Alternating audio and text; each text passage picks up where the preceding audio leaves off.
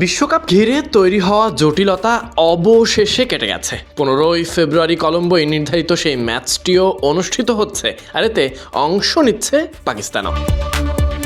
আইসিসির উদ্যোগেই বাংলাদেশ ও পাকিস্তান বোর্ডের সঙ্গে আলোচনার মাধ্যমেই এসেছে সমাধান, আর এই সব কিছুকেই ইতিবাচক হিসেবে দেখছে ক্রিকেট প্রশাসকেরা। আর এই প্রেক্ষাপটে পুরো বিষয়টি নিয়ে গণমাধ্যমে কথা বলেছেন বিসিসিআইয়ের 37তম প্রেসিডেন্ট এবং আইপিএলের প্রাক্তন চেয়ারম্যান রাজীব শুক্লা। গণমাধ্যমকে জানিয়েছেন 15ই ফেব্রুয়ারি কলম্বোয় নির্ধারিত ম্যাচটি অনুষ্ঠিত হওয়া নিশ্চিত হওয়া এটি সবার জন্যই সুখবর। তিনি আরও বলেন, পাকিস্তান এই ম্যাচে খেলতে রাজি হওয়ায় পুরো বিশ্বকাপ এখন একটি সফল গল্পের দিকে এগোচ্ছে।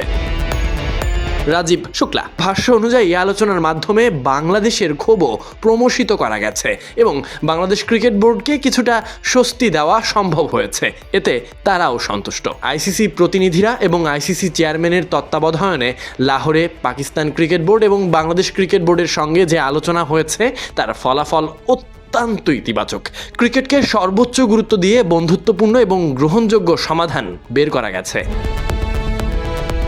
গণমাধ্যমে বলেন, আইসিসি এই উদ্যোগ নিয়ে সমস্যার সমাধান করেছে এবং ক্রিকেটকে আবারও আলোচনার কেন্দ্রবিন্দুতে এনেছে, যা সত্যিই প্রশংসার যোগ্য। তিনি এটিকে আইসিসির জন্য একটি বড় সাফল্য হিসেবে উল্লেখ করেন এবং পাকিস্তানকে আলোচনার টেবিলে ফিরিয়ে এনে শেষ পর্যন্ত ম্যাচে খেলানোর সিদ্ধান্তে পৌঁছানোর জন্য আইসিসিকে ধন্যবাদও জানিয়েছেন। সবশেষ তিনি বলেন, বিসিবি এবং আইসিসির এই প্রচেষ্টার প্রশংসা। পুরো পরিস্থিতি এখন সবার জন্য ইতিবাচক। তিনি এটিকে উইন উইন অবস্থা বলেও বিবেচনা করেন। নির্ধারিত ভারত পাকিস্তান ম্যাচটি অনুষ্ঠিত হওয়ায় বিশ্বকাপের এই যাত্রা সফল হিসেবেই এগোবে বলে তিনি আশাবাদ প্রকাশ করেন। Sadiq Ahmed Sunny, BD Cric time.